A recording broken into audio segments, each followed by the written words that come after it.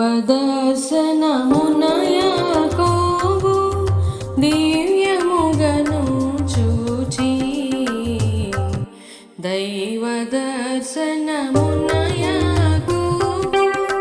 దివ్యముగను చూచి ఆ స్థలమునకు బేతేలనియడి నామమును తానిడియే ఆ స్థలమునకు బేతేలనియడి